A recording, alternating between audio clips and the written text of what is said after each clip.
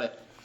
Good morning, everyone. Thank you for joining us for this Facebook Live. I'm Scott Diggin. We have Dillon with us and Lisa Bedone. Kill that intro. Is that what happens before it goes on? You got it, Scott. You got it. It's like a little Travis outside on First News, he's always pumping me up. He's like, Dillon, you got this. This is it. You got it. Yes. Hey, we like each other. We like to raise each other up. There you go. Good stuff. All right, before we get into the weather, let's talk a little bit about where you can watch this. Of course, every day on Facebook Live, about 8 o'clock we come on. You can also find us on our InForum YouTube page. You can find us there, and then on InForum.com, just type in your podcasts, and you can find us on all of your favorite platforms as well. So, Dillon, let's... We're going to get Frisco forecast or the Fargo forecast or the South Dakota Sioux Falls forecast?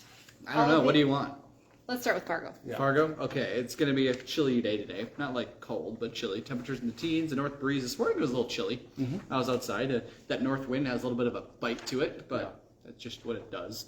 We're a little bit of snow down to the southeast. Some spots could pick up to 2 inches. I know Deer Creek, I believe, has 2.5 inches so far. So some snowfall there, but that'll be wrapping on up. And strongest wind to the south, about 10 to 20 out of the north. Other spots will still see fog. That's still a concern in the central parts of the state, Bismarck, and it points that direction. So other than that, just chilly, cloudy, temperatures in the teens. Not too bad for January. We know how this month can be. So we'll take temperatures in the teens. Well, we can get them. So And already we're talking about, Fargo to Frisco. That's why I joke, because people are probably leaving. If you're driving, some people will be leaving today. Yeah, but there's, of course, that big snowstorm down in the south and South Dakota, and there's a no travel advisory for much of the state still. So southeastern part of South Dakota where I-29 runs. So probably hold off on that or check the Storm Track app. We have the South Dakota road map, the DOT map on our Storm Track app, so you can check that there or Google it either way. But you want to be careful if you're trying to do that today because they're still cleaning up. So by tomorrow it'll probably be okay, especially I-29 if you're heading south. But after that, it's pretty much clear sailing until Saturday. We're looking like we're tracking a little bit of a system through like Omaha. This is like Nebraska and Kansas. Not here. Way down to our south. We're tracking all the way from Fargo to Frisco. I had a map, yes. So might have to wait and watch for that a little bit, but only if you're going to Frisco. If you're staying here, not too bad of a weekend. Sunny and 72 on my couch. Not here. In my living room. In your living room. In my living room. Oh. That's sunny. Okay. No. Well lit and 72 degrees in my living room. Yes. Yeah, that's funny. And then once you get game day, you said things are looking... Yeah, it'll be sunny and 72 degrees outside. Oh. Not that warm. It'll be 60 degrees. So I think around game day, that's our forecast, roughly about that. So that's Sunday. We're going down earlier. Friday, we'll be probably 70s. So nice. Cool. Of course, much warmer in Texas. Who would have thought? Who would have thought? Everyone.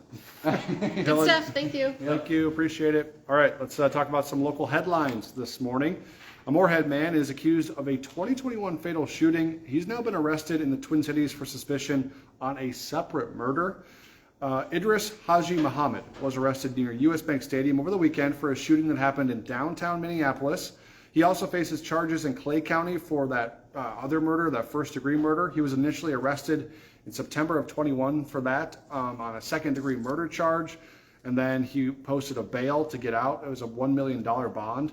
And then they upped the charge to first-degree murder, and then he posted a $750,000 bond. So he got out again, and now we are working to learn when he's going to appear in court for this latest I have incident. so many questions on where the money came for this bail and bond money. So interesting. I know we'll have a WDAY reporter on that story. So a lot of digging to be done on that story for sure. We also know this morning when we could see a former restaurant owner in Grand Forks in court for the first time. 21-year-old Joseph Bouchard is accused of taking money out of one of his employees' paychecks. Apparently, he's accused of using that money to use for child support payments. He owned Joe's Diner and Wake and Bacon Cafe, both of which are now closed. The court filings show a woman accused him of taking over $2,500 from her paychecks over a span of 6 months early last year. We know right now at least $1,500 is still unaccounted for. He's facing theft and misapplication of entrusted property charges. He could face 5 years in prison if convicted.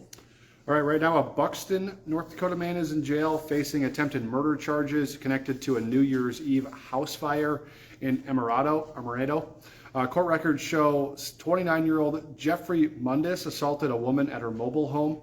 She says she had to kick him in the face to escape. That's obviously a scary moment.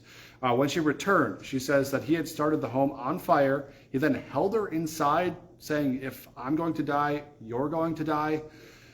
She was able to escape for a second time. So now Mundus is facing 6 felony charges, including aggravated assault and terrorizing. We're also told he spit blood on officers. So a whole lot of things going on with this. He's going to appear in court on February 6th for all of that. Police are still trying to piece together what exactly happened before a deadly New Year's Day crash. This is a story we've been following for you. 19-year-old Destiny Tuttle was standing in the passing lane of I-29 near Oxbow when she was hit and killed by a car.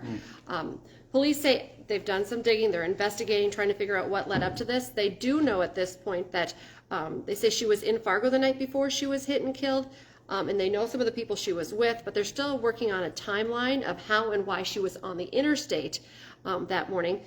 Also, I found this interesting. Tuttle was not wearing winter clothes, and of course it was cold at that point, which might indicate, they're saying, that she got out of a vehicle somewhere along I-29.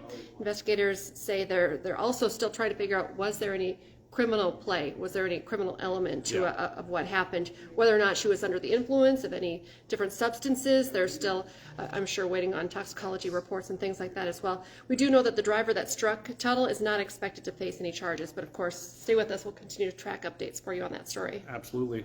All right, we've seen a number of heated Grand Forks City Council meetings over the past year related to that Fufeng project, that Fufeng plant. The most recent one might top that list. Right. We had some pretty crazy video of outbursts going on, specifically one lady yelling profanities at the mayor. She ended up getting kicked out of the meeting. There was a lot of other people speaking up, potentially out of turn, a lot of different things going on. They had to take a 5-minute cool down period during the meeting.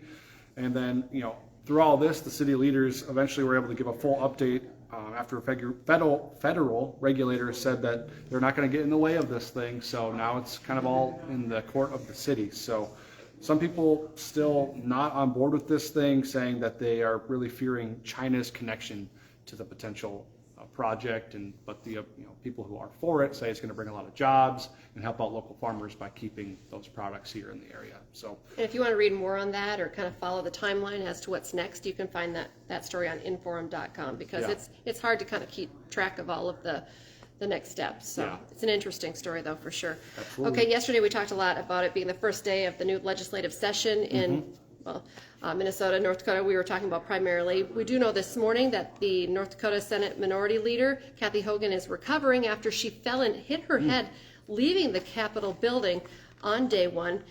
She told WDAY that she tripped on a rug while leaving.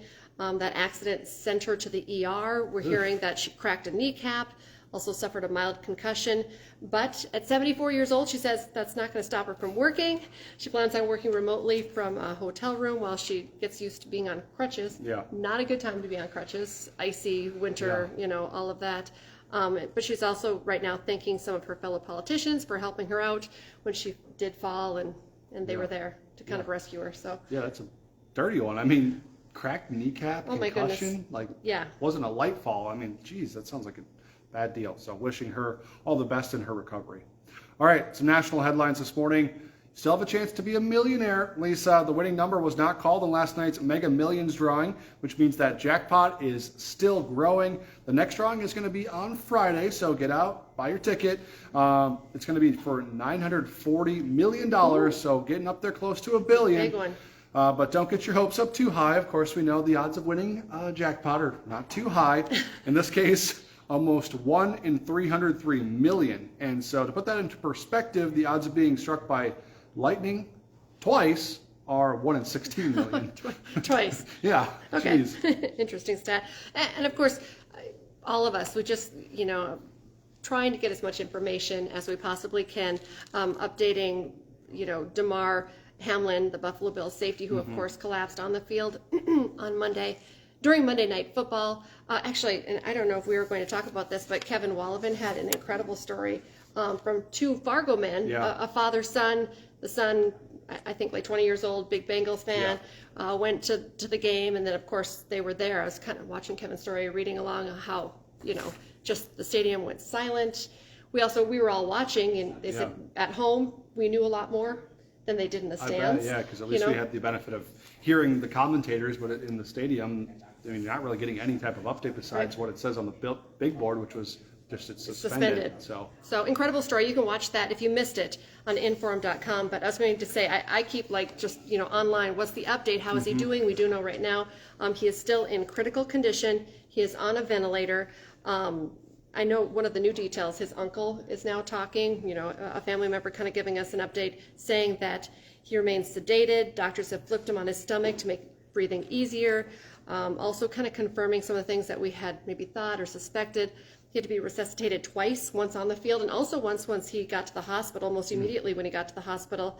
We're also kind of tracking, what's going on with his teammates and fellow players. Bills players landed back in Buffalo early yesterday. But some of the players, some of his teammates, of course, still in Cincinnati. And the NFL now saying they're not going to reschedule that game this week. Yeah, we'll see if it gets played at all, because Week 18 is this week, and then that's the end of the regular season, and then the playoffs start. So there's really not a lot of time to fit it in there. So this is an unprecedented circumstance, and we'll see how the NFL handles it. Of course, football isn't the top priority. We're still wanting to hear an update on Hamlin's status, and as we wait, we'll get that update to you whenever we can, and I'm sure a lot of the national outlets will too, if that's something everyone's keeping their eyes on.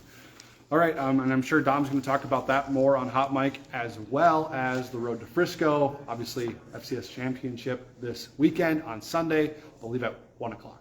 And I was just kind of looking through, we have so much planned here, being the home of the herd. I believe our crew is flying out tomorrow, so we're going to have live reports starting at 6 and 10 tomorrow, and of course on First News Friday morning. Dom is going to be live with his show from Frisco Friday morning, and of course Saturday is kind of like an off day. I don't know what our group, just have some fun. Yeah. I could name a few of the bars that are very popular in Frisco, and then because the game's on Sunday, so our game day coverage will start at noon, and then the big game at 1 o'clock. Yeah, so it's going to be a fun one. All right, one thing to remind you about is that deal we got going on right now for an all-access pass to InForum.com. For your first 3 months, you can get it for 99 cents, so take advantage of that. You can get all the updates on everything leading up to Frisco, the FCS Championship game, all your local headlines, weather, so take advantage of it, folks. And thank you for joining us for this Facebook Live. Of course, we'll be back on the air starting at 11 this morning, and then 4, 5, 6, 9, and 10. And tomorrow morning, we'll be back with you on First News from 5 to 7. Have a great day. Have a good day. Bye-bye.